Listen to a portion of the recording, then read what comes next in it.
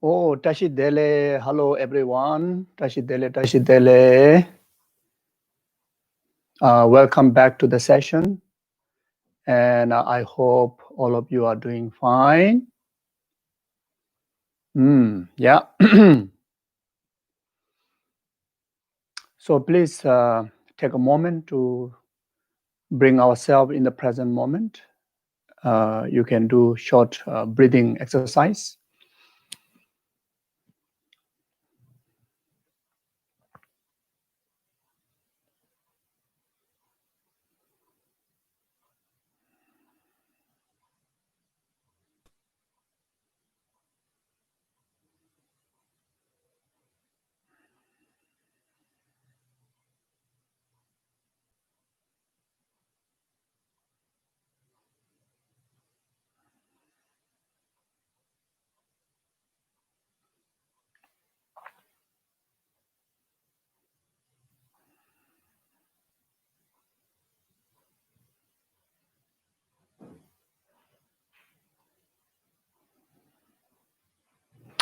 Okay, so then refresh our refuge practice, refuge in Guru Buddha Dhamma Sangha. So while doing so, try to visualize as clear as possible, as vivid as possible, all our lineage gurus, starting from your root guru. Then all the Kadamba masters, Abdul Lama, Lama Atisha. Then all the profound and extensive lineage of the Dharma, lineage gurus, up to Buddha Manjushri and Buddha Maitreya.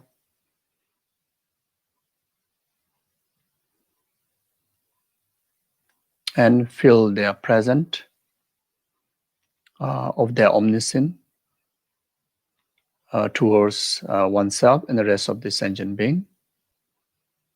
And visualize that they are very delighted, very, very pleased with your conduct of diligently learning and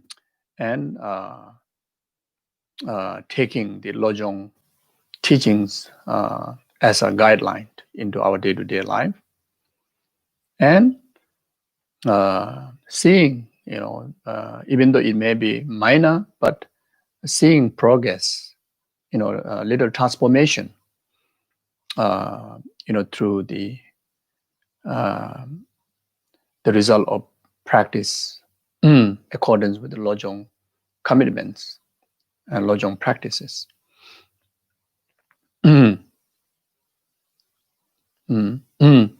So that way, one should feel much rejoiced, much happy that we're able to make the best offering, which is the offering of practice and realizations in the path, to all the lineage gurus, all the way up to Guru Shakyamuni Buddha. And that is truly amazing, truly fortunate. Then, on the basis of that, then one get even more motivated for coming moments, coming days and years and lifetime to come.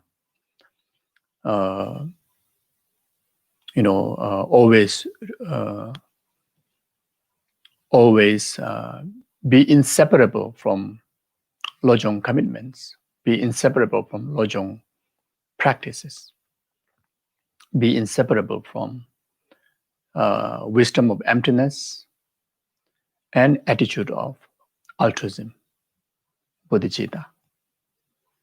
Whether the actions that conduct for single person your benefit, or you conduct any benefits, others starting from your parents and rest of the sentient being, everything infused by the wisdom of emptiness and attitude of altruism. then gain some kind of confident and foresee, our future, that eventually we're going to be just like our gurus, just like all the bodhisattvas, and just like all the Gautama masters, and just like the Buddhas.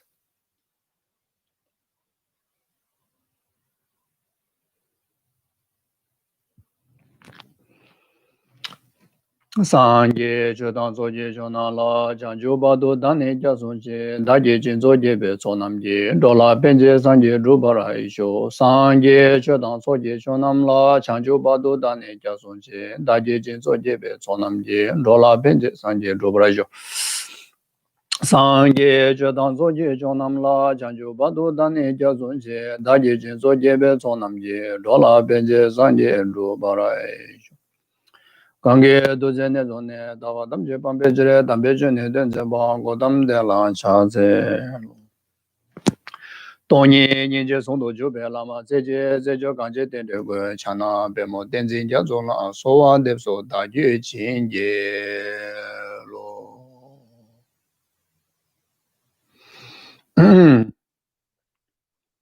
Semje damje dewa dan dewe judan demra juje semje damje dunga dan dunga je judan dawra juje semje damje dunga mebe dewa dan mi dawa juje semje damje nyire chata nyidan dawe danyon lan nebra juro je semje damje dewa dan dewe judan demra juje semje damje dunga dan dunga je judan dawa juje semje damje dunga mebe dewa dan mi dawa juje semje damje nyire chata nyidan dawe danyon lan nebra juro je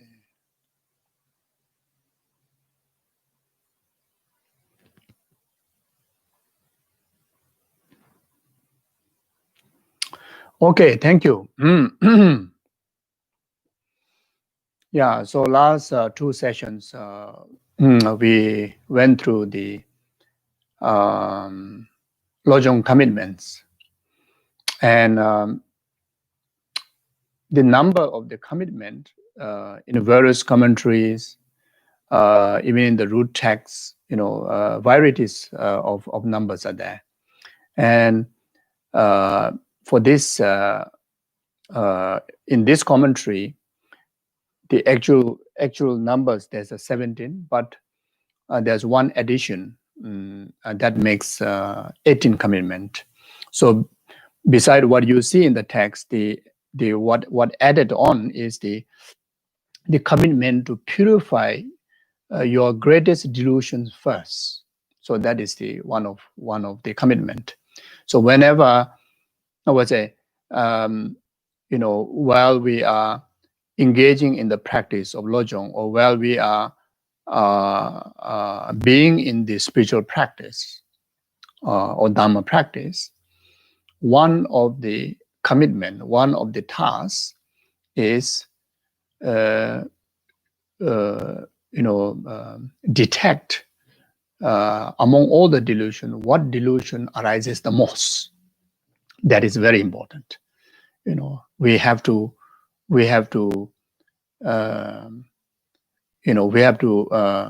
recognize the negation first. And that goes with all different aspects of practices, whether when we want to develop the attitude, loving kindness, compassion, bodhicitta, or whether we want to develop the wisdom of emptiness. First, we need to know the characteristic of the negation. First we need to know the false side, in entirety of the aspect of the false, so that we know exactly what we're going to negate. We know exactly what we need to, take into transformation. Otherwise, just like throwing an arrow in a dark room. You may hit to the point, or you may not. You see, so to really to make sure that our practice become real Dharma, meaning our practice become real antidote to the delusion, which is what means by Dharma, which is all about Dharma. So for that we need to know the negation. You see, so as I mentioned many times, the negation, the false, the delusion, which is the delusion. which is the grasping ignorant. But that grasping ignorant comes in so many different phases. It arises in so many different phases, and those phases carry its own characteristic, its own powers. You see, so so therefore, whatever phases of delusion that arises the most, that haunting you the most, that should be your first target to eliminate. And that delusion could be attachment. For some could be anger, for some could be jealousy, for some could be the ignorant, for some could be ego pride, or could be any of the secondary delusions, or could be one of the six root delusions, So so recognizing, detecting, that is the most important, and putting the first practice of effort is to purify that, to eradicate that. Okay, so that is one of the commitment. Therefore, purifying your greatest delusion first is added as one of the commitments. So that counts within this text. That counts the 18 commitments. Okay, so now we move on. Today we'll go through the from the 7 point, the number 7, presentations of precept of mind training, which is on the page 122. If you are using this great collection of Lojong texts, then it is on page 122. We are still on Se Chibu Chegi Gyaltsen's commentary on the 7 point thought transformation. So I will read. Since your mind training will not degenerate, but will in fact take you to progressively higher level, you should engage in the practice of these teachings. Of course, for those who's confident in preserving the Lojong practice, securing the attitude of bodhicitta and the wisdom of emptiness, then for sure, this teaching, this advice, or the precept, which is the advice or the precept that we need to take extremely serious, for sure. But even for those that who already know that there's no danger of degeneration of what you have achieved, the progress in the path, and certain stability in the securing the attitude and wisdom of altruism, even for them, this advice and these precepts, that the teaching that we're going to discuss, the rest of the time in this text, play extremely important in order for us to, effectively progress in the path. The more you committed to these precepts, the more you closely follow this advice, the following teaching, it helps to seep in the progress in the development of the path, both in method and wisdom. So that is the reason. So, so there are many advice or many precepts. So the first one is, in the text, it says, accomplish all yogas through single means. Meaning, do all yogas by single means of altruism. Yogas here referring to activities. Doesn't matter whether it's Dharma activities or just normal activities like eating, walking, just casual conversations, going to sleep, etc. Basically every action of our body, speech, and mind are the yogas.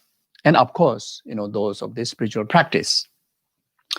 All should be all should be accomplished, through a single means of altruism. Very much meaning that any activities, spiritual or non-spiritual, everything should be infused by altruism, infused by altruistic motivation, and conclude by altruistic motivation, altruistic attitude, altruistic dedication. And the action, that way, the actions are naturally, infused by the altruistic qualities. You see, it become altruistic actions. Okay, so this is what I mean. Accomplish all yogas through a single means, and many of us, we already, practicing that from a long time, isn't it? Before any practices we do, any sadhana we do, any pujas we do, any teaching we go for, we start with the cultivation of bodhicitta motivation. So that's what it means. But we do lack or forget to do that, do a similar way to our normal ordinary activities, like such as when we are eating. We maybe many of you do remember, but also many people like me do forget. We often forget to consume the food with bodhicitta mind. We often forget, like me, maybe not you, but like me, often forgets to take a walk which is not infused by bodhicitta. Then we talk on the phone, we do messaging, we write emails. We often forget to have a bodhicitta motivation. We often forget. We go to toilet. We often forget. To have bodhicitta mind. To go to toilet.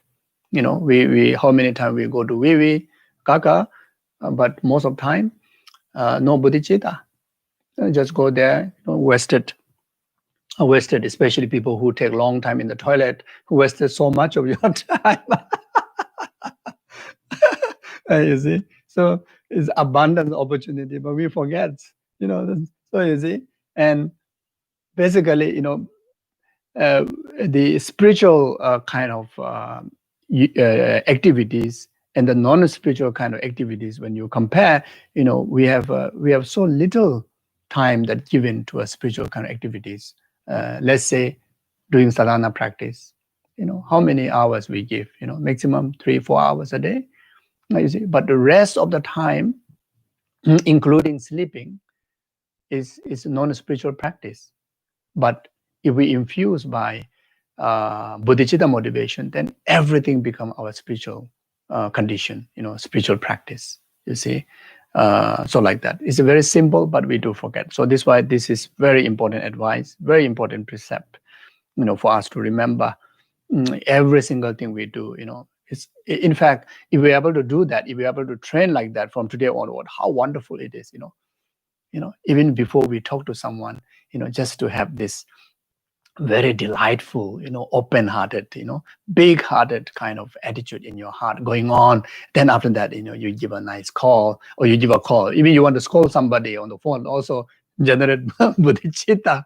Then your scolding becomes so beneficial. It's like compassionate Buddha, manifesting into higher giva like that, Rawful, is it? Like the Rawful deities like that, It is so beneficial to the person who relate to that like such as higher giva, like such as Rawful deities. Similar way, it would be so beneficial that someone listening your scolding on the phone, if that is infused by bodhicitta, you see.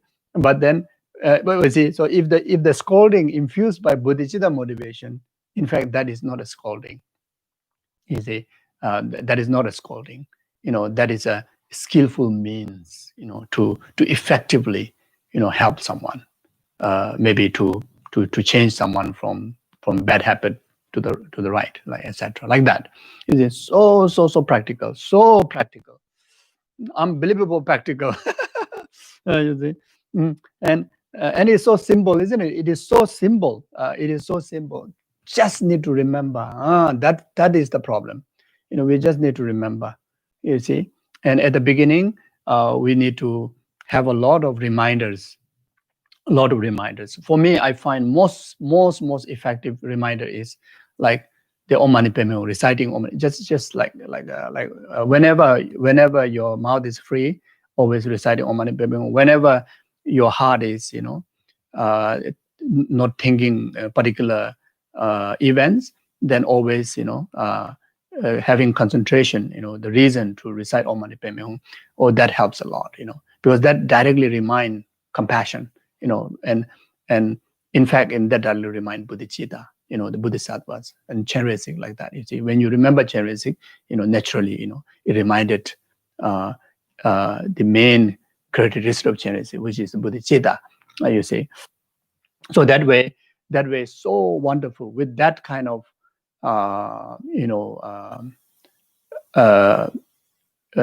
let's say all our activities are infused by bodhicitta. Then every single moment, whatever you do is not wasted. All become cause for enlightenment. All become cause for benefit of numberless sentient beings. Because of the bodhicitta. You see, so need to go to shopping. So meaningful. Need to go to hiking, so meaningful. Need to go for a movie, so meaningful. You see, just whole day, just prepare food for your family, so meaningful. Just whole day talk to someone, so meaningful. Just write email whole day to someone, so meaningful. Whole day you look at the Facebook, so meaningful. You see, whole day do gardening, so meaningful. Whole day travel, so meaningful. Go for big holiday, so meaningful. Don't go for holiday, stay in the room all the time, whole around year, so meaningful. So everything becomes so meaningful. You see, wow, so meaningful, so amazing, isn't it? So simple, but so great benefit, so vast. You see, so profound there. You see, one simple thing, just remember to do that.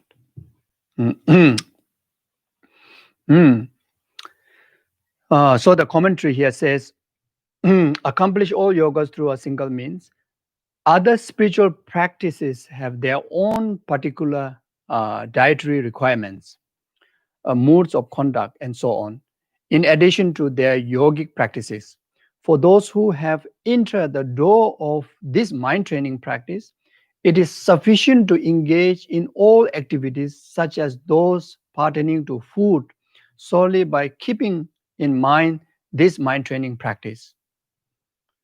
So you should engage in this practice.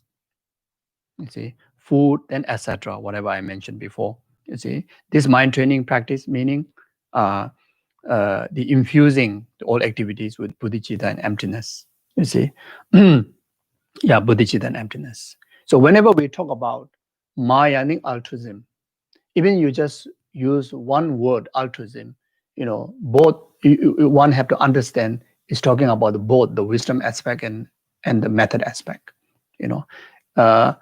Generally, when it's not pertaining to Mayanic practice, then when you talk about altruism, then it's the method aspect only. It is not talking about the emptiness aspect. You see. So since whenever we discuss Mayanic Dharma, then when we say altruism, if it's emphasizing on bodhicitta, the method aspect, that method is definitely supported by wisdom of emptiness. Whenever we talk emptiness based on the Mayanic Dharma, then that emptiness wisdom is definitely infused or supported by the attitude of bodhicitta. You see, so like that. So now the second, overcome all errors through a single means. This meaning transform every superstitions or adversities or interferences by single means, by altruism. Every adversity, you don't need many antidotes.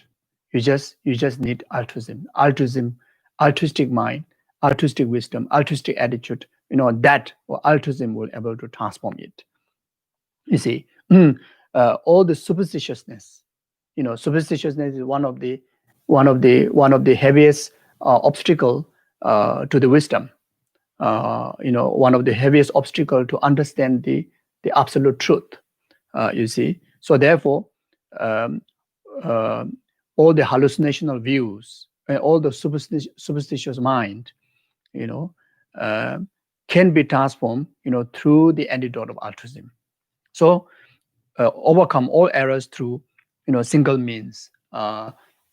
Whether the you know um, uh, general obscuration to our mind, like superstitious mind, hallucinational mind, then those specifically, the obstacle to nirvana, like the self-grasping,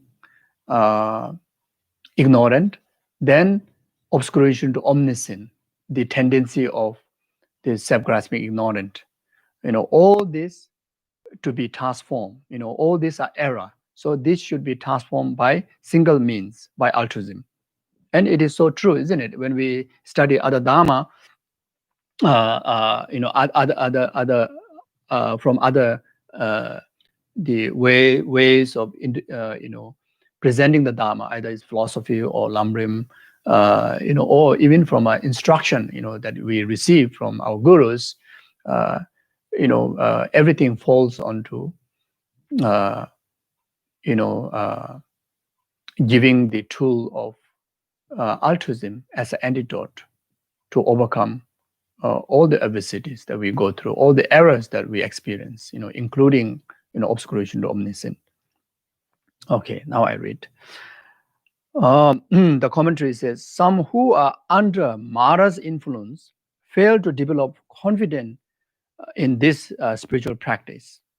Okay, even though you made Mahayanic Dharma, you made Lojong practice, but then eventually you tends to give up, tends to feel discouraged to continue the practice, or you get misunderstanding, you get misunderstood of the teaching, you lose the faith, or even though that you're able to sustain the practice up to today, but there's no progress, whatever human, non-human,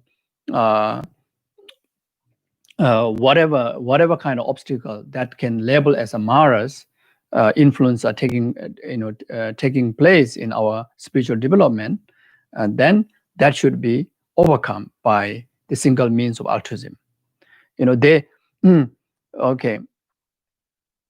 They experience the false perception of misguided meditation practice with thoughts like, since I began practicing mind training, illness have increased, harm from demons have increased, people have become more hostile, and afflictions such as self-grasping have increased as well. You see, so what it mean by obstacle to our spiritual practice is when we have such kind of mistaken views, misunderstandings, or wrong views occurring in our mind, and these are called the Mara's influence. You see, so whenever such kind of influence comes in our way, should be overcome, confronted by the antidote of altruism, bodhicitta, emptiness.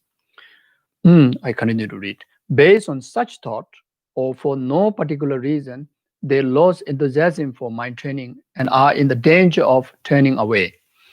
When this happens, you should become aware of it right there and then, and think like this. A misguided meditative practice has arisen in me. So think like that.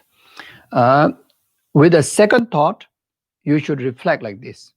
There must be many beings like me in the universe whose thought have divided from true Dharma practices. And take all of these divisions upon yourself and offer your body, wealth, and virtues to others.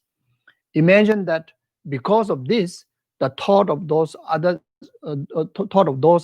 turn towards the Dharma, and these others, and and these others enter the unmistaken path. So basically, take the altruistic practice through the tool of tonglen.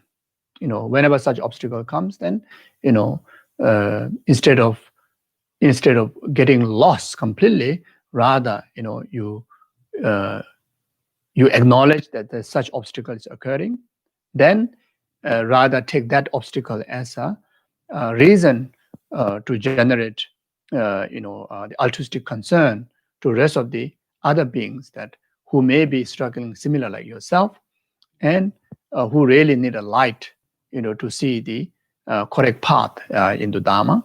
And for that reason, then you dedicate whatever merits and whatever virtues that you have to all the rest of the others, and you purify them, and you abide them in the state of the fortunate one, that who meet the unmistaken Dharma and unmistaken practice like that. So the third, there are two tasks, one at the start and one at the end. So these are the two activities that which a spiritual practitioner that we must engage. We shouldn't forget to engage. Otherwise, we won't able to accomplish the complete act of meritorious doings. You see, so in order to create the imprint of action or karma or meritorious karma, then you need to have intention, you need to have the action, and you also need to have the correct basis, and you need to also have the conclusion, isn't it? So usually whenever we engage in action, we do have a basis where actions are involved, but in most cases, the correct intention can be missing, or the conclusion of dedication may be missing. So therefore, in our spiritual practice and any activities that we do, in order to take everything as a cause and condition to as a path to enlightenment, then we always emphasize takes extremely importance of these two activities: setting up a correct motivation of altruism and dedicating in altruism at the end of the action. So I read the commentary. An example: in the morning after getting up, you should project the thought like this: throughout this day, I shall make sure I don't become tainted by the clinging of self-cherishing. I shall make sure that thought cherishing others do not degenerate. Then, so that is the motivation at the beginning. The moment you wake up, the moment you wake up from your sleep, not like not after you get out from your bed.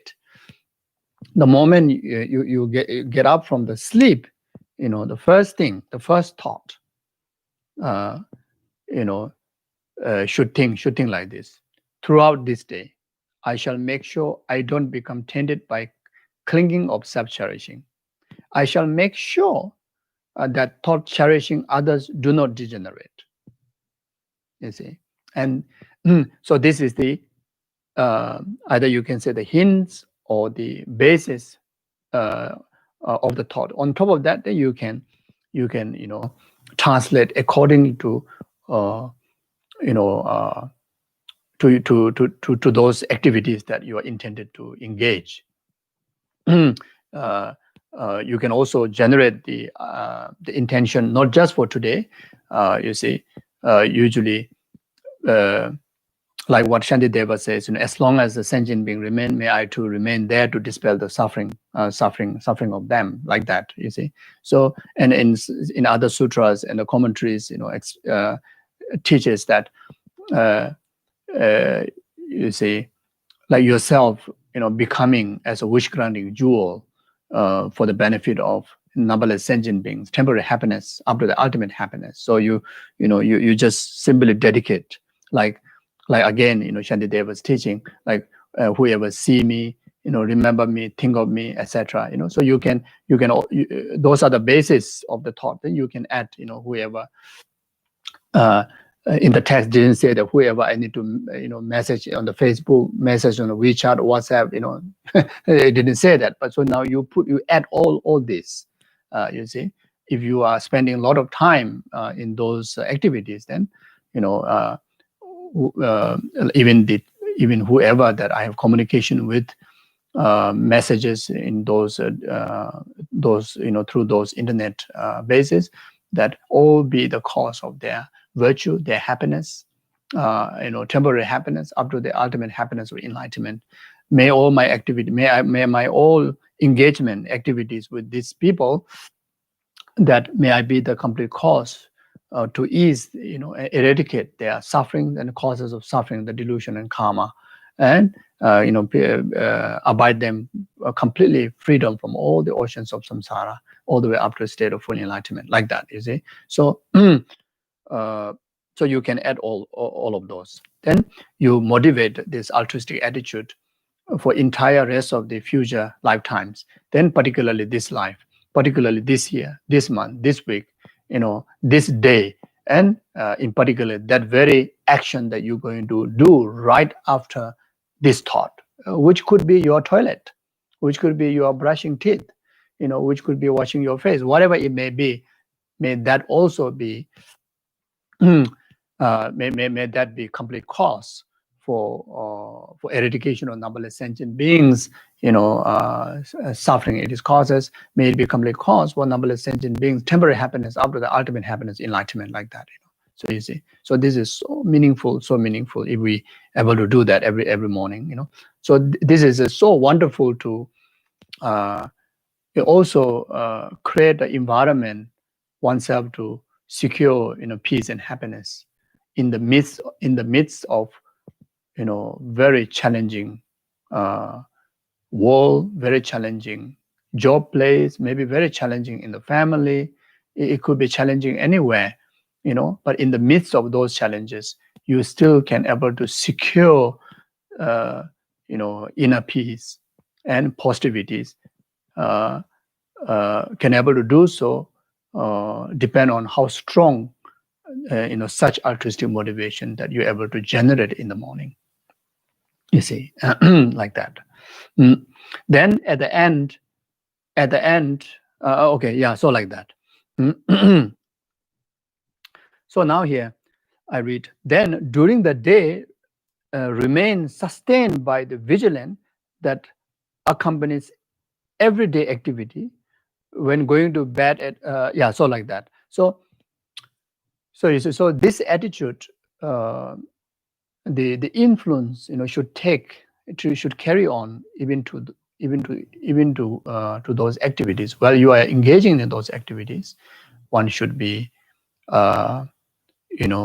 if remember, best. If not remember, at least there's a subconsciously there's an influence. There's a sense of positivity, sense of peacefulness, sense of harmonious, sense of loving, sense of kindness, sense of compassion, sense of tolerance, sense of forgiveness. All these are the influence that you get from this altruistic motivation you set in the morning. You see, so if you can remember to be tolerant, remember to be forgiving, remember to be compassion while you are in the environment of work or in environment of very difficult situation, whatever, best. But if you cannot remember,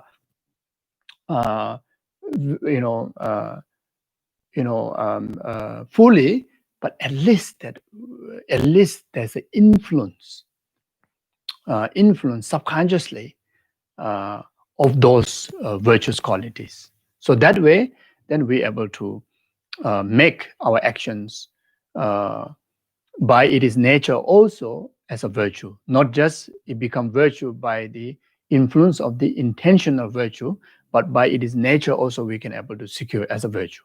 You see, otherwise, yes, intentionally, there is since you already dedicated every action, even in the actions of getting angry or arise desire or jealousy, because of the power of the intention, altruistic intention, there's a still you can achieve, you can accumulate element of virtue, even while you are getting angry, even while you are generating attachment, jealousy. Yeah, but if the virtues are not,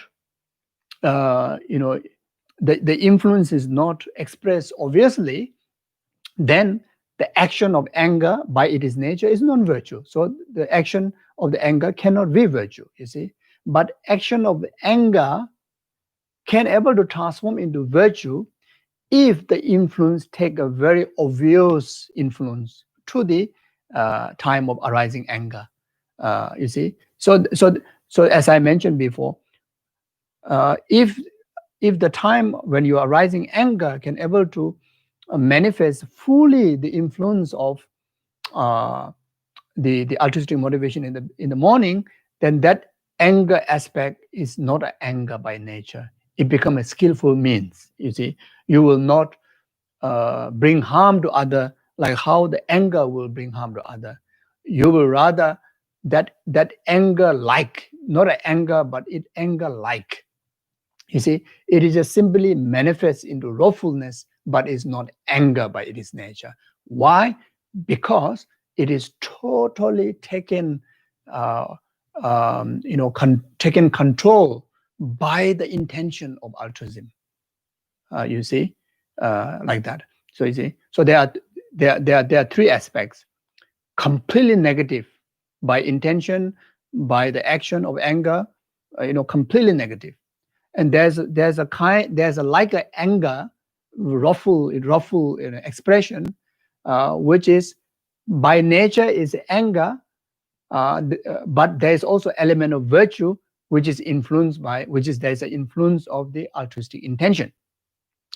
But is the anger like, is a wrathfulness, but completely not anger. It is wrathful. It look exactly like angry person, angry act, but by its nature also is a virtue, and also it is by its intention also virtue. So you see there are three types. You see, it's a three types. So we have a choice to, we have three choices. You see, so when you practice diligently, the Lojong commitments and Lojong precepts, then even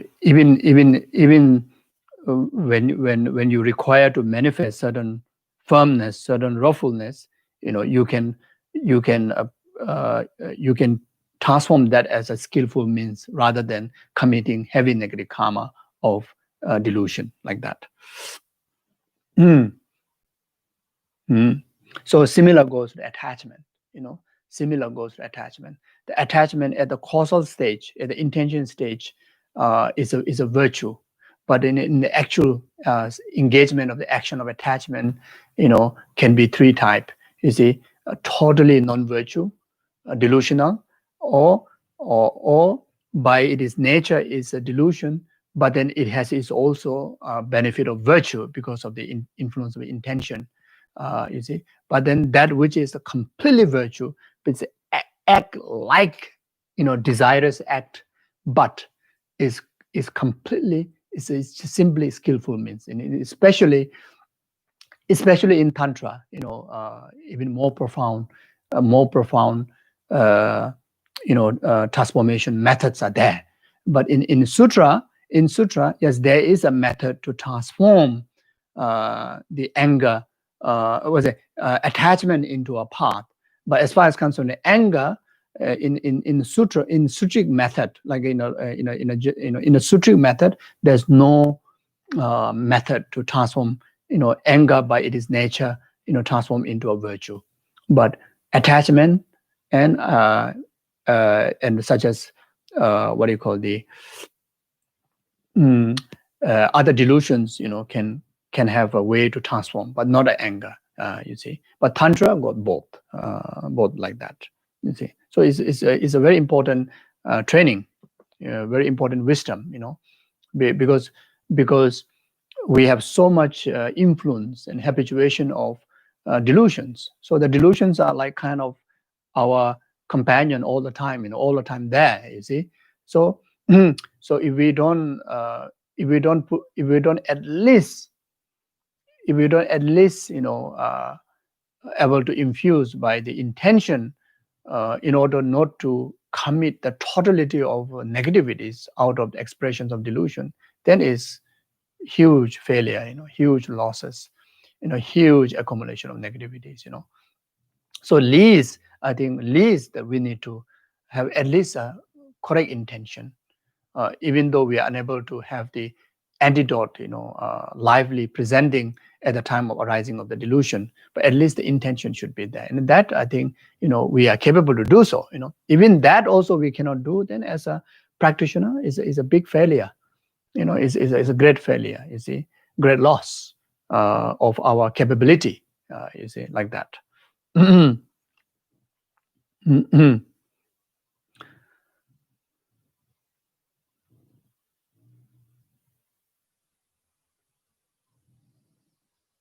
So now at the end, I will read, when going to bed at night, while in the meditative absorption, lying majestic pose, sequentially review the day by recalling, first I did this, then I did that, and so on.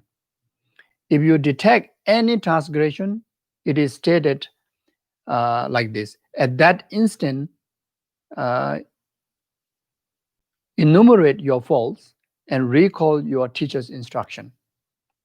Then cultivate the following thought, like this.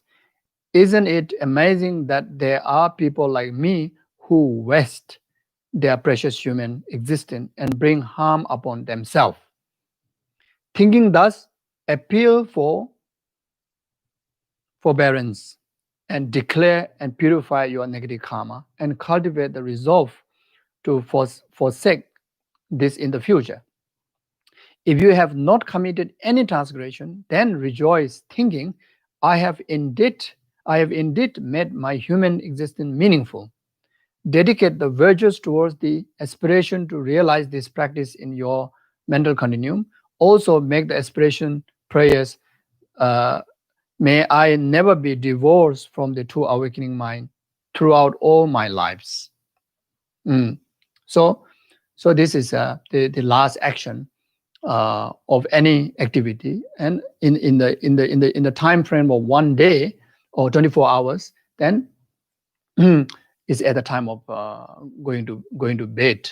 So that time it is very important to reflect on our daily activities and any negativities that unable to purify right then and right there when we committed, then at least at the end before going to sleep should purify. It should purify, you see. So the way to purify here, as I stated, you see, appeal forbearances. So purify through the 4 opponent power. So appeal forbearances is talking about the practice of refuge. You have, you visualize, you think of, Buddha, Dharma, Sangha. Then in front of the lively present, in your visualization. Then the second opponent power, the power regret, which is here says declare. So power regret meaning you declare, you acknowledge, I have done that, this and that negativities. Then purify. Purify here is, the third opponent power, the antidote. Purify. How to purify? Purify by applying direct antidote. You see, so the direct antidote right there, either you meditate on bodhicitta, meditate on emptiness. Overall antidote is, you see, the altruism. Bodhicitta and emptiness.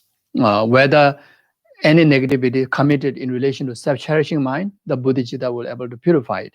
Any negativities that are committed in relation to self-grasping mind, the emptiness will be able to purify it. So as long as you meditate, you reflect on the altruism, then the purification take place. So which is the third opponent power. Then after that text says cultivate the resolve. The resolve is that make a commitment. And in the text it says that reserve for the sake in this in the future. So in some texts teaches that the future here referring for rest of your lifetime, ever lifetime, that you will not commit such negative karma again. When you take the resolve, you should do like that. Then some teaching, some commentary have explained that up to as long as I'm live, means until this, until this human body remain, that I will, even in the course of my life, that I will not commit such negative karma again. But then there's also instruction by the great masters that when you do the power of resolve, the time frame is definitely needed, but that time frame, in the situation that those negativity may occur again tomorrow, again later, or next few moments later, due to in the nature of in the nature, in the job, or in the family, or in the environment that you cannot avoid, then it is necessary to have the time frame in order to the fourth opponent power to take effect. But the time frame can be until you meet the next environment, until you meet the environment in next time.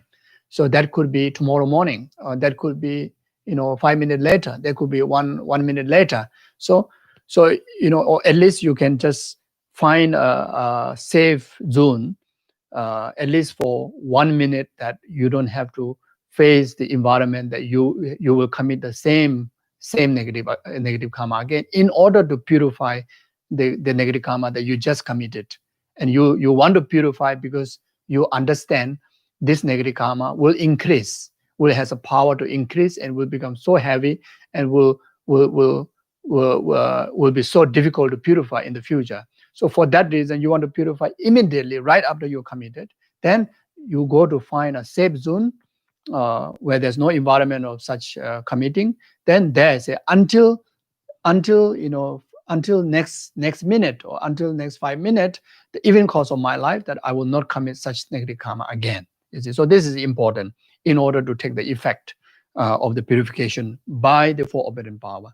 So with such a way, when you purify any negative karma, then in many sutras, like including Vinaya sutras, that saying that stated that there's not even one single negative karma that which cannot be purified by the application of four opponent power.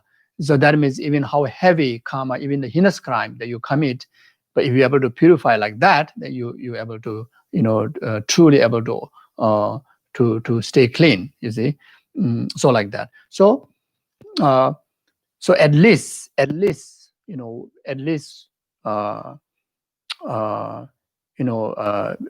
before you move on to the next phase of hours, was it the night time. So when you go to bed, at least you must take the time to do purification practice. So you can do the purification practice. If you know Vajrasattava practice, then you can do four opponent power purification practice in relation to Vajrasattva practice. You can do practice in relation to 35 Buddha recitation or prostration practice. You can do in relation to Mitukpa purification practice. And if you have a high Tantric deity yoga practice, then if you practice like Heruka Vajrasattva, then through Heruka Vajrasattva you can do the purification practice. You can do even the Kriya Tantric practices, like in relation to Chenrezig, in relation to any deities, because every deity has in their sadhana has the section of purification practice. You see, so whatever sadhana that you are doing, then there's whenever there comes the section of purification practice, if the sadhana didn't say exactly like say four opponent power or purification practice, usually whenever there is a dissolving, whenever there's a like a dissolving of merit field, dissolving of the deity, dissolving of the front generation, sub generation, so after that, then you do the purification practice. Or whenever there is the emptiness meditation section, so you take the opportunity to purify the negativities into emptiness, meaning everything purify in emptiness. Means in emptiness, everything can be actualized and can be get rid of. You see, so all the faults, all the impurity. Whenever there is a section of emptiness meditation, then you take the opportunity to do the purification practice. You see, so these are very, very, very, very important. Otherwise, the situation that where we are, abundance of causes and conditions to accumulate extensive negative karma, in particularly that's supported by a very, very strong, lively imprint that we accumulated beginningless lifetime. So that's so easy to arise negativity, so easy to commit negative karma through our body, speech, and mind. You see, so there's abundance, and that's so rare, which is also a fact that it's so rare. Have an environment to accumulate virtues. So rare to remember to practice virtues. You see, because we have a so limited little imprint of that. You see, so therefore, whenever we accumulate negative karma, remembering to purify is one of very crucial practice in Buddha Dharma. In fact, one of the among two, one of the major job of practicing Dharma, which is to purify the negativities, the faults and errors that we accumulated from beginningless lifetime. The second job is to accumulate even in the tiniest virtues. They may be accumulating, all the time as much as possible, including the accumulating enlightenment. You see, so these two are the main job of why we choose spirituality, why we choose Buddha Dharma, why we choose to practice Dharma. To fulfill these two jobs, you see. So so if you put that into our daily routine, then from very morning when you wake up, you already start the job of fulfilling the first one, which is to accumulation of merit. Then when you conclude the day, then you do the second job of purifying the negativities. So you just combine 24 hours into this two job, you see. And that is the greatest sadhana. Whether we are doing so many pages of recitation or not, so many malas or mantra or not, but if this two is missing, almost whole picture is missing. You see, the whole essence is missing. You see, but then someone that who don't have much capability of understanding too many Dharma, too many teaching, too many practices, and just to remember this two is easy, isn't it? Just to accumulate merit with bodhicitta motivation. Purify all the wrongdoings, all the negativities, all the errors by purification. Purification in emptiness, if you can manage. If not, purify. Through the four opponent power. Think of Buddha, Dharma, Sangha. Then you purify. You mention, you declare whatever negativities you have done, and there are so many negativities that you don't know what are they. You don't even remember when and how and what is it. Because beginningless lifetime we accumulated. So therefore, when we purify, if you remember, say, this particular negative karma and the rest of the negative karma that I've been committing from beginningless lifetime, and also the tendency that which may lead me to accumulate in all the futures, I'm going to purify now. So therefore, then the third opponent power, then, okay, therefore I'm going to meditate on bodhicitta for a moment, or I'm going to meditate on emptiness for a moment. If you can't meditate, then at least say, okay, I will chant Om Mani Padme Hum. Or I will chant Om Vajrasattava Hum. Om Mani Padme Hum, everybody knows. So you chant Om Mani Padme Hum is altruism, as I mentioned. When we, in a Mayani contents, whenever you chant Om Mani Padme Hum, both wisdom and method, you actualize it. Whether you understand or not, you actualize it. You see, like that, you see. Om itself, wisdom and method. You see.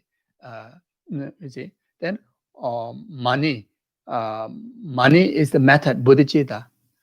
Padme is the wisdom, emptiness. Hum, the union of wisdom and method. You see. So when you chant Om Mani Padme Hum, you are actually expressing bodhicitta and emptiness. You see. When you chant Om Mani Padme Hum, you are chanting, wisdom and bodhicitta and emptiness. You see. So therefore, that's what I mean at the beginning. One thing is so effective, so easy as a reminder is you train yourself to have a habit of all the time reciting Om Mani Padme Hum.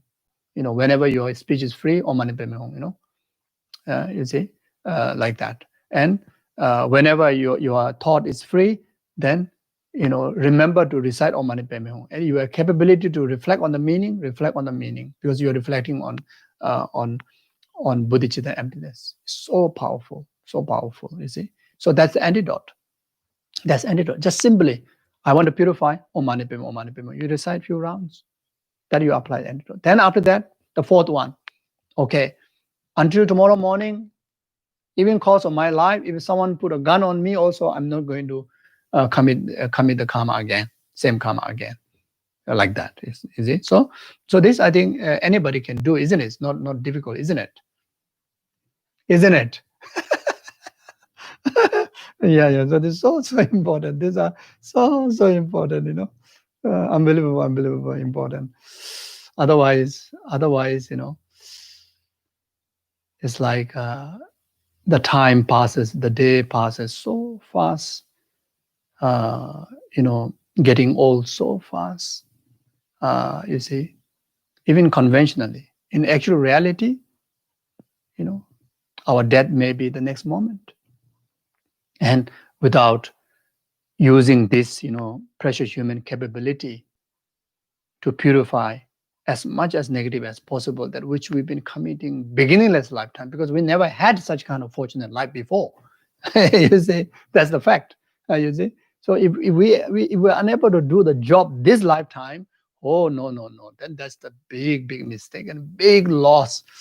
You see, so there may not be such kind of opportunity again, for long time, maybe many years lifetime.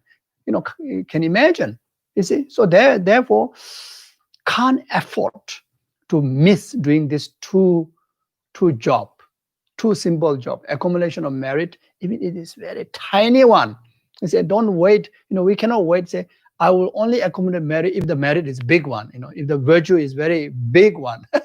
Sometimes we do that. That's a big mistake, you see, no worries, even how small the merit it is, how small the virtue it is, because the virtue, that is a karma, that has the power to increase. Without asking, it has power to increase. As long as you create it, even it's how minor it is, from there, the virtue itself will grow. It's like even it's 1 cent, but you put into a fixed deposit, even so little, but it has a growing, it will grow like that, is it? Like that, is it? So, and negative karma too, it has a power to grow. So even how tiny it is, we cannot neglect, we cannot undermine their power. Even how tiny, how invisible it may be, how tiny it may be, it is not kind of shameful for others' eye, but quietly committed one. We have to purify, because it will expose, just matter of time, because it will grow big, and it will manifest into a huge, consequences of suffering and problem in our life, you see. So this true job, unbelievable important. You see, this true job. Otherwise, study whole philosophy, whole life study, know so much. What's the point? You remember whole scripture. What's the point if this is not happening? Like even the tape recorder, the MP3, you record billions and billions of information, and you just play it, you just recite. They can keep the memory better than what human brain can keep. If Dharma practice is not able to put into practice to purify and accumulate merit, to purify negative karma, then no meaning. Honestly, the opportunity, the big opportunity can be lost like that, right? Isn't it? Did I say right? It makes sense. You everyone got the point, isn't it? Really can see, isn't it? This is really crucial, isn't it? So you see, when we do puja, make sure that these two things happens. You see, when we do Dhamma discourse, this too should happen. When we do retreat, this too should happen. When we become Sangha, this too should happen. You see, when we graduate from any studies, this too should happen. Especially in Dhamma. You see, when we teach Dharma, this too should happen. When we listen to Dharma, this too should happen. When we work for the Guru, this too should happen. When we work for the center, this too should happen. You see, when we serve our family, this too should happen. You see, otherwise it's like so little meaning in everything.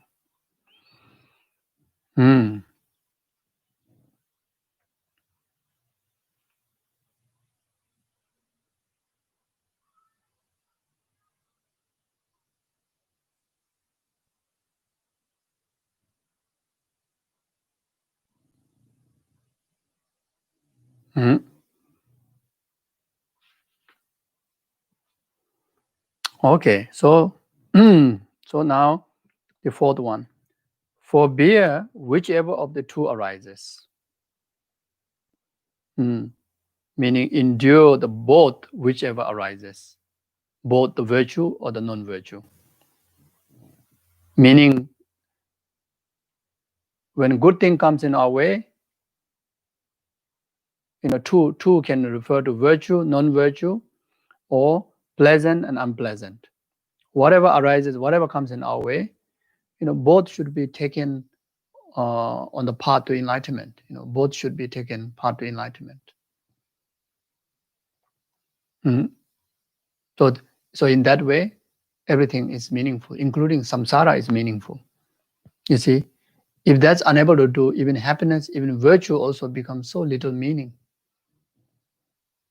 See? So what do you mean by taking onto path to enlightenment? And this is exactly what I explained before.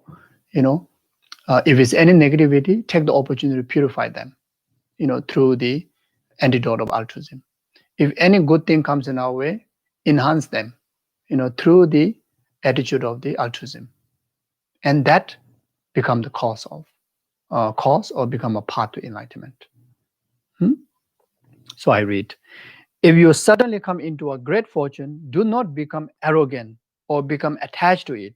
Make sure you do not fall prey to the eight mundane concern. Why we fall into eight mundane concern? What make us fall into eight mundane concern? Because of there's no sense of altruism. That's why fall into the eight mundane concern, eight worldly concern. Great fault, you see, because eight mundane concern are the expressions of self-grasping and self-cherishing attitude. Because of that, you see, the root is self-grasping and self-cherishing attitude. You see, when the fortune comes, then where the arrogance comes from? Either because of self-cherishing or self-grasping attitude. Because of that, the arrogance comes from. You see, and that is because of lacking of the true altruism. So the antidote is still the true altruism. So you should take this fortune as a basis for your Dharma. You see, so whatever fortune comes, goodness comes in your way, take as a basis of the Dharma, as a condition to practice Dharma.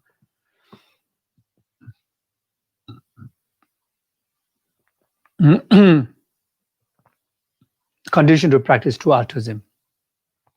You see, all the practice of 6 perfections are practice of true altruism, including generosity. Including generosity. You see, making offering to the object of veneration, making charity to the need ones, etc. So everything are the practice of Dharma. Everything are the practice of Dharma. So when the fortune comes in your way, as long as you take them as your condition to engage in the practice of 6 paramita, then that is practicing Dharma, and that is practicing true altruism.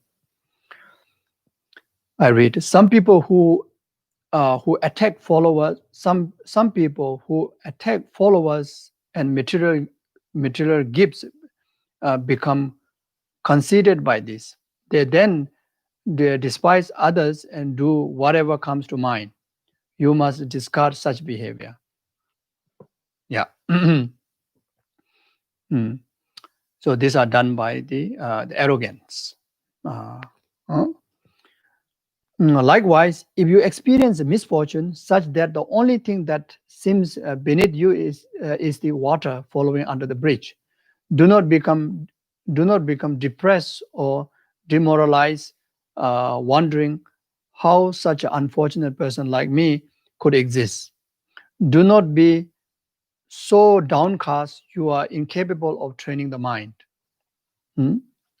Even one experience leprosy, one experience the whole world criticism, one experience accusations, one experience cheating, like cheat wealth, cheat body, cheat anything, gains everything. Even such a misfortune comes in your way, never think, never think like this. Such an unfortunate person like me could exist. Never should think like this. As a practitioner of Lojong, never should think like this. You see, do not be so downcast. You are incapable of training the mind. When such thing come, then they say, "Oh, I have no way to train my mind. I have no way to practice the Dharma. I have no way to develop bodhicitta. In such condition, how can I develop bodhicitta? In such a way, how can I make, uh, you know, you know, how can I bring help to others? How can I generate, resources to benefit others?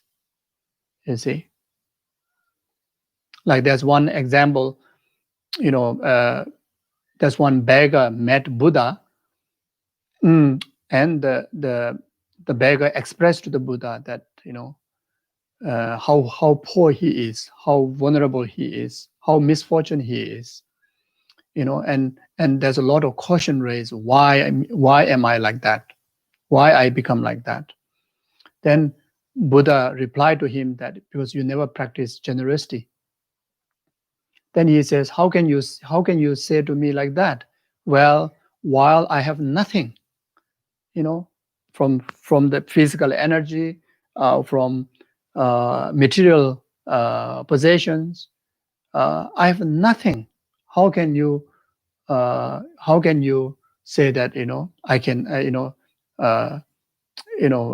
yeah, this is due to not doing generosity, and if you want to recover from this, then you should practice generosity. So the beggar says, how possible in my condition? Then Buddha says that you have your whole entire limbs are intact. You have your mouth, you have your face, so you can make the charity of generosity of smile. You have the tongue, you have the you can make the generosity of kind words to others. You have the limb, and if others need help, you can just assist others. You see, and that way that you can you will prosper. All the wishes will come in your way because that will accumulate merit. You see, like that. You see, so similar advice goes to us. Even if someone experiencing cancer, even after serving the Dharma, practicing Dharma for so long, and some more that if we didn't really understand correctly why we are practicing Dharma, if there is some kind of worldly concern, then if in case we have practiced Dharma for good health, but then after serving Dharma so long, then you have a health problem, then really you may forgo, give up, misunderstand Dharma. As a Lojong practitioner, there shouldn't be such misunderstanding. You see, that's exactly what it's saying here. You see, you practice for good health, but then you did the most work for Dharma. You've been so generous to others. But then never really have the understanding of there's a beginningless lifetime that we had. And actual reality is most of the beginningless lifetime, our life is more misfortune than what we have now. So committed so much karma. And even though this life that you have done so much, those merits are not lost. And those merits are always beneficial to you. And even little goodness that we still experience, that could be the result of these merits, because the good things are the result of merit. But then any suffering that comes in our way is not because we practice Dharma. The practice Dharma, practice virtue definitely help us. But the consequences of what we are going through is the result of the past karmas. You see? But then if we don't have a correct motivation from the beginning, there's a danger of blaming the Dharma, or danger of losing the faith in Dharma, you see. So Dharma, virtue always help in our way, even in the difficult time. Whatever difficulty comes in our way is by the result of negativities, and not necessarily this life, but negativities of the past, you see. So whatever difficulty that comes in our way, we have to give a space in our heart that there are beginningless lifetime, that there's an accumulation of so much causes for such consequences, and instead of depressing, rather take the opportunity to once for all purify it, and rather take that as a path to enlightenment, engaging in Tonglen practices like that. Then for such practitioner, then even the most misfortunes are the one of the strongest condition to sweep in realization on the path. And many gurus, they take like that. Most of the gurus, most true practitioners, especially when you look at all the Katamba masters biography, somehow, some way, they had a very challenging journey, but they're able to take everything into path to enlightenment, and because of that, they're able to purify once for all the past karmas, and accumulate all the true collection of merit, and able to enlighten within that very short lifetime. You see, like one of very good example, like His Holiness the Dalai Lama,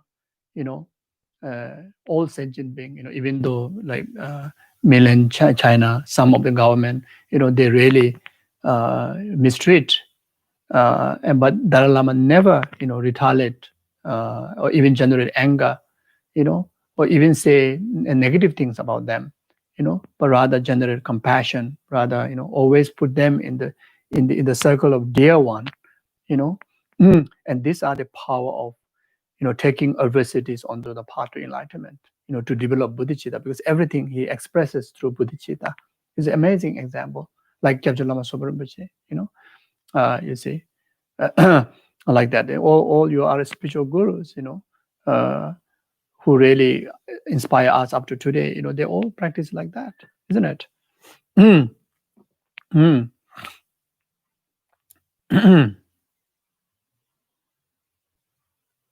So do not be so downcast you are incapable of training the mind in any negative situation.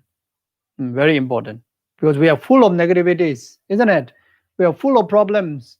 We have abundance of obstacles in life. Abundant obstacle in life. You see? Abundance, isn't it? Abundance, like every day there's something is wrong, something is wrong, and this and that.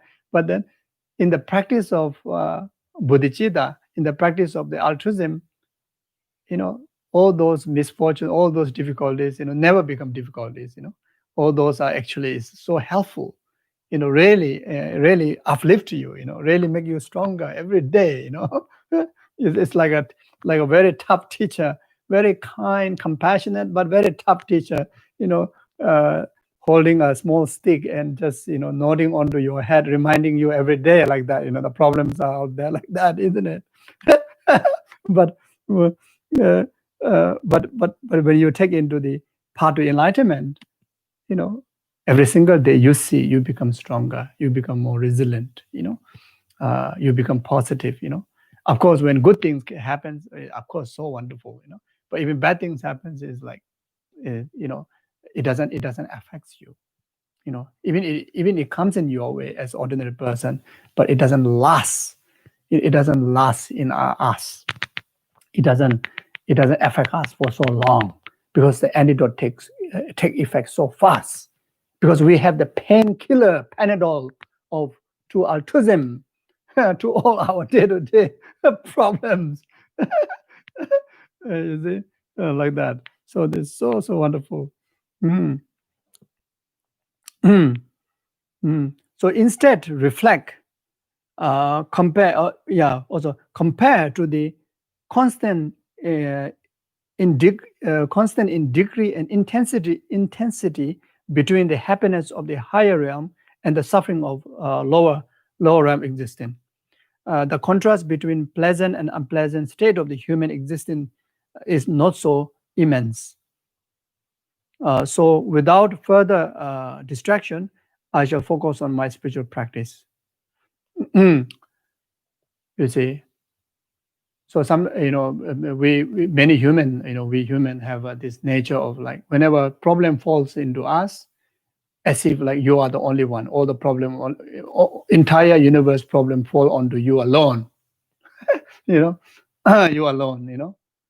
Whenever good thing comes in your way, as if everyone also having that goodness, and you kind of not contented, as if you want everything, as if everyone having that that's fortune like that.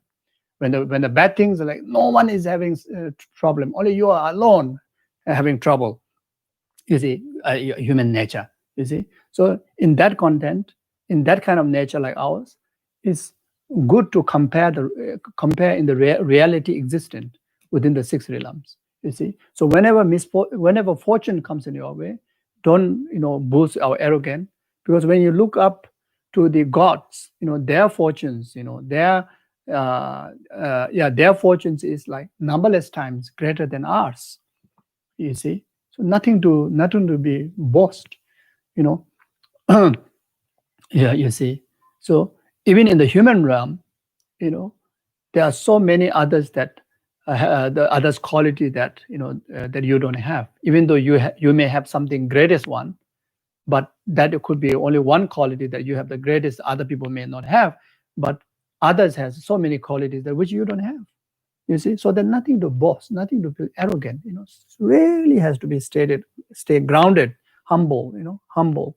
You see, humble. You see, if you cannot see lower than everyone, but at least you are equal with others. You see, so that is so important, because the mind of equanimity is so important, because it serves as the basis to steadily cultivate the true altruism.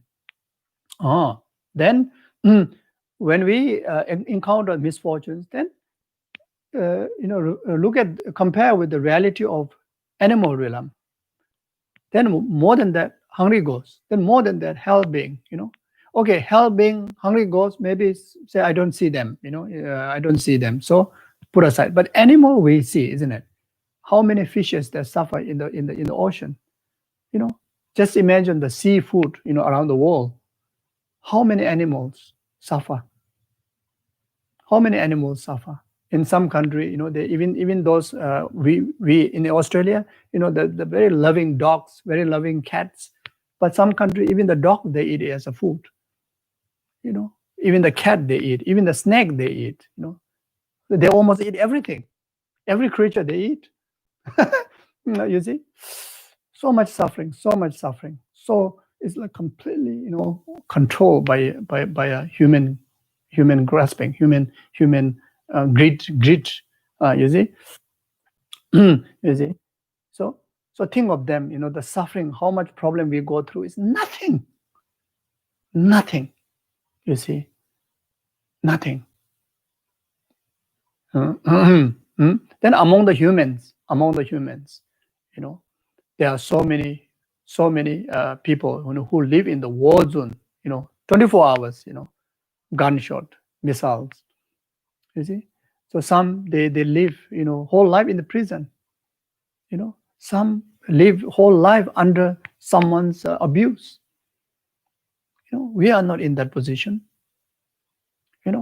Some they're tormented with every aspect of diseases.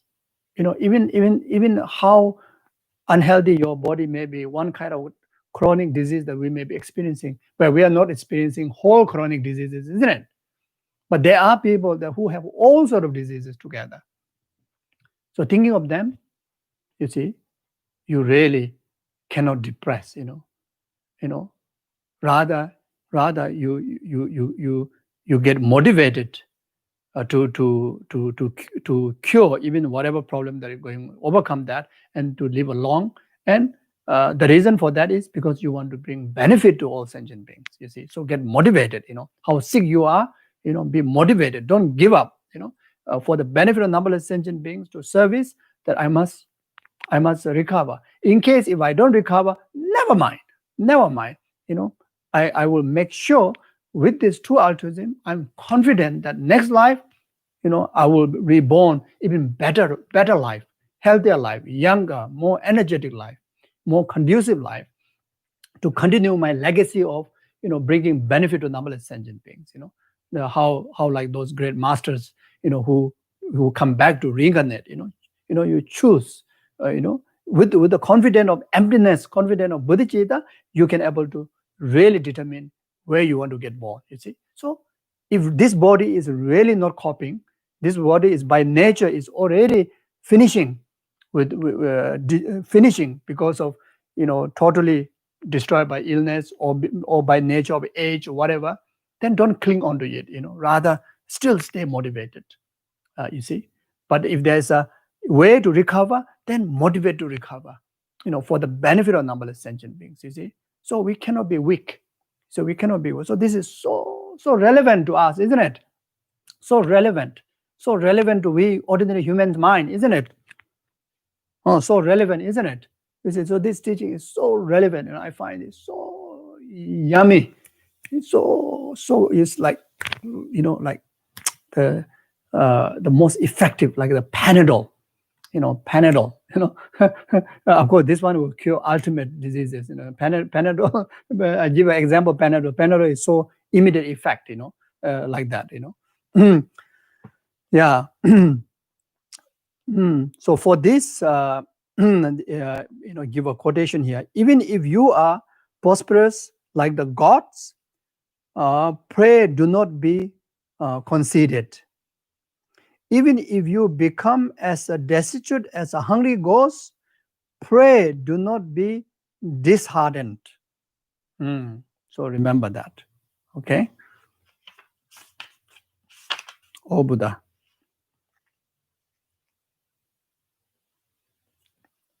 So now, fifth, guard the two event at the cost of your life.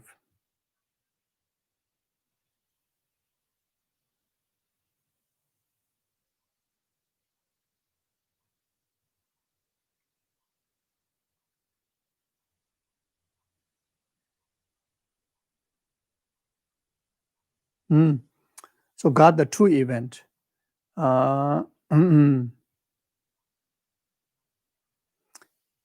The general precepts of the Dharma and the particular precept of Lojong. So guard even cost of your life. So the text says, these are first the precept and the commitment presented in the teaching in general. And the second, the commitment of this particular mind training teaching, such as do not speak of defect of others. Since even the mundane happiness of this present life will elude you if these two commitments become degenerated, hold them more dearly than your life. So general commitment, individual have a. So general commitment can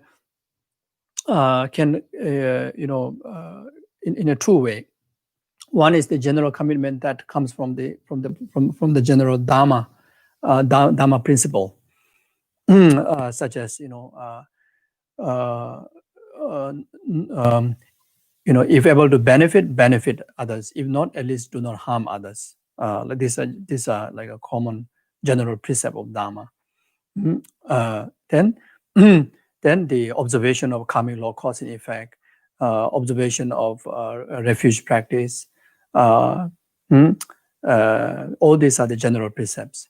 Then the precept in relation to individual, in general, individually, some they have a different type of precept, different type of vows. All these are individual general commitment. Even when you are practicing Lojong, this has to be guarded as like your own life force, like that.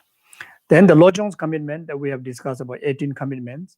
In short, the commitment is to develop and preserve and preserve and develop the true altruism. Or in another way, take every experiences, good or bad, in the path to enlightenment, taking in the path to develop true altruism and to enlightenment. So these are the things that must protect even as even in the course of your life, like that.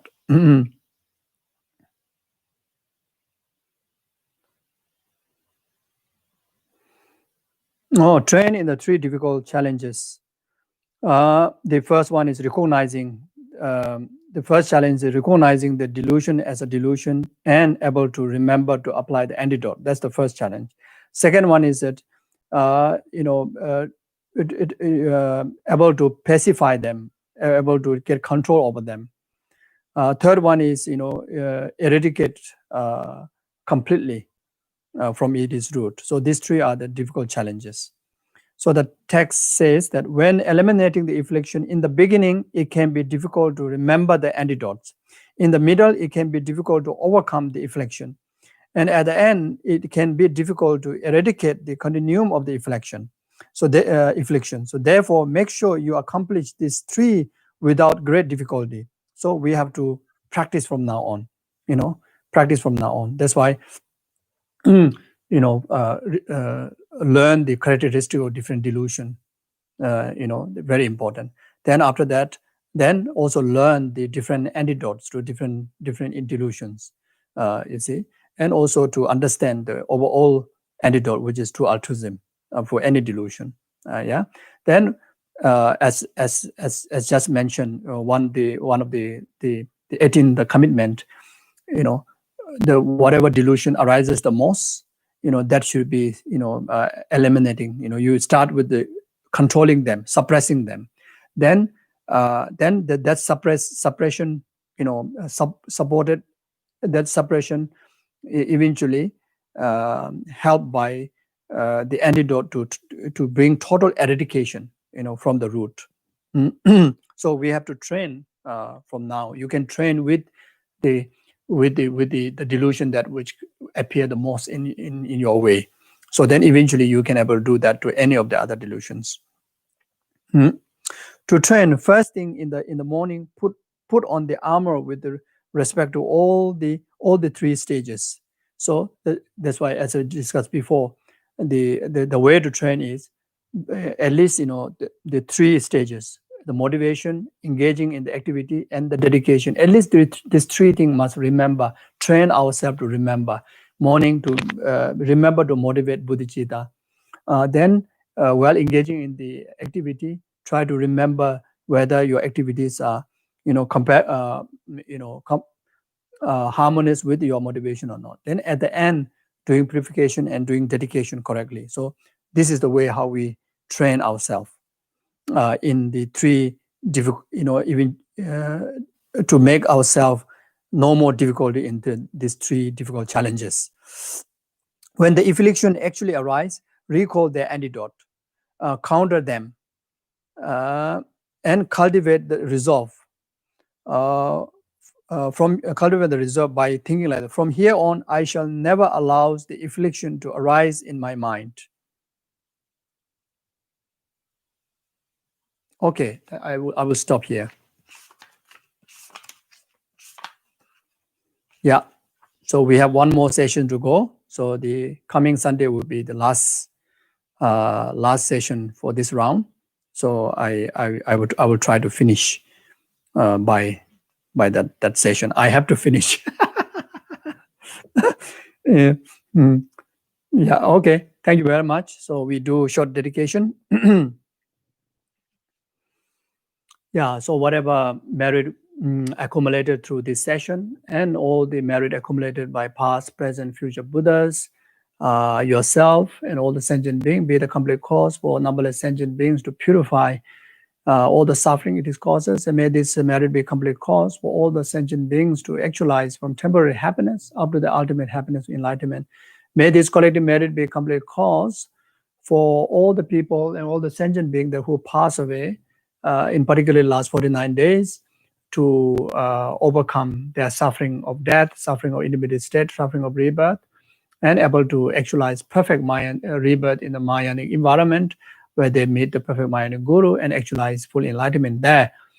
And may this collective merit be complete cause for all the good people in this world who are the source of peace and happiness, like His Holiness Dalai Lama, Kyabja Lama Sobrimiche, and all your spiritual gurus, and all the other beneficial beings, and all your families, and each and every one of you, to have a long, healthy life, prosperous, and fulfill all your aspirations accordingly. May this collective merit be a complete cause for each and every world leaders, leader of the world, leader of organization, communities, leader of family, leader yourself, you will lead your life, always filled with loving kindness, compassion, patience, generosity, harmony, etc., so that everyone who is under your leadership able to enjoy peace and happiness and virtue. May this quality merit be a complete cause to dedicate to specifically those people and those animals whom you know that they need prayers, who are sick, who are who have a relationship problem, who have financial problem, health issues, and our dedication of merit goes for each and every one of them. And also dedicate this merit to anyone who requests a prayer from Kyabja Lama Sobrimiche. There many people request prayers, and also I've received many names for many different reasons. Mostly they are in troubles, either health, etc. So we dedicate this merit. Have to dedicate this merit collectively for each and every one of them, and fulfill all their wishes that they wish to achieve from us.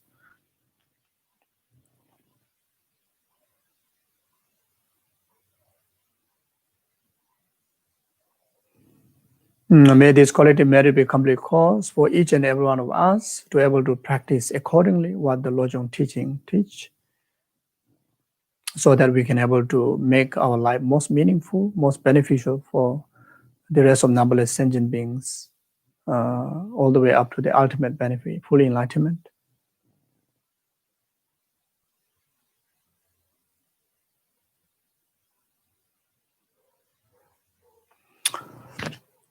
Chan Joseph Joren Boje Maje Panam Jeju Jawan Ba Mebayang Gone Gondo Bebajo, Tony Tawari Boje Maje Panam Jeju Jawan Ba Mebayang Gone Gondo Bebajo, Ni Tawari Boje Maje Panam Jeju Jawan Ba Mebayang Gone Gondo Bebajo.